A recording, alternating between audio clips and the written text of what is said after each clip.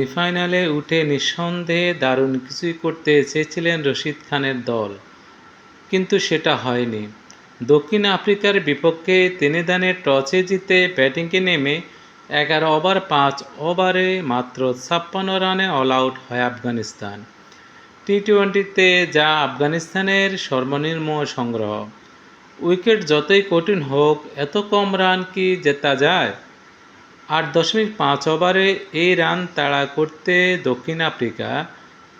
তবে আফগানিস্তান অধিনায়ক রশিদ মানছেন তাদের জন্য কঠিন এক রাত কেটেছে, আর এর পেছনে কন্ডিশনও দায় দেখছেন রশিদ। পুরস্কার বিতরণী অনুষ্ঠানে আফগানিস্তানের অধিনায়ক রশিদ বলেছেন, দল হিসেবে আমাদের জন্য কঠিন এক রাত গেছে।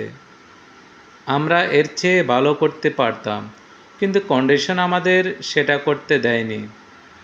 তবে এটাই টি-20 ক্রিকেট। আপনাকে যে কোনো পরিস্থিতিতে মেনে নিতে হবে, সেই মানসিকতা প্রস্তুত থাকতে হবে।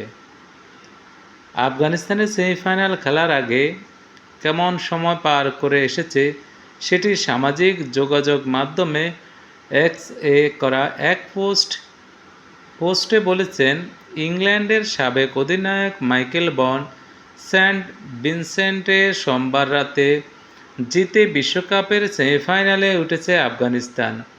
মঙ্গলবার 4 ঘন্টা ফ্লাইটের দেরির পর তিনিদানে পৌঁছে অনুশীলনের সময় পায়নি কিংবা নতুন ভেন্যুর সঙ্গে মানিয়েও নিতে পারেনি।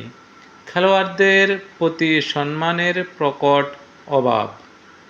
সেমিফাইনালের আফগানিস্তানের বেশি রান তুলতে পারবে না সেটা বোঝা গিয়েছিল পাওয়ার প্লেতে শেষের দিকেই। প্রথম 6 ওভারে 28 রান তুলতে 5 উইকেট হারায় দলটি।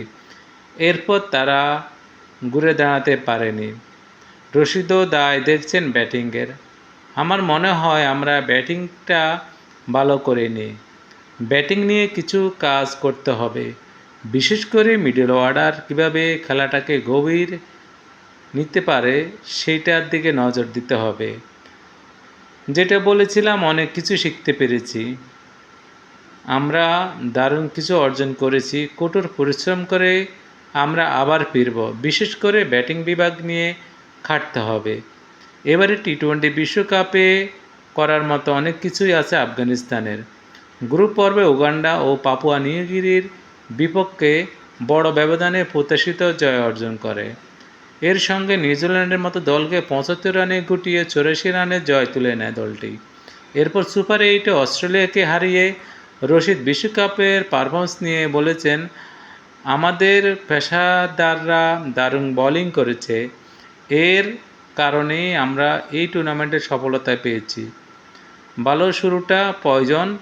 মুজিবের চোটের কারণে কিছুটা দুর্ভাগা ছিলাম, কিন্তু পেসাররা এমনকি নতুন বলে ভালো বোলিং করেছে, তাতে আমাদের স্পিনারদের কাজটা সহজ হয়েছে। রশিদ আরও বলেছেন, আমরা এই টুর্নামেন্টের উপভোগ করেছি।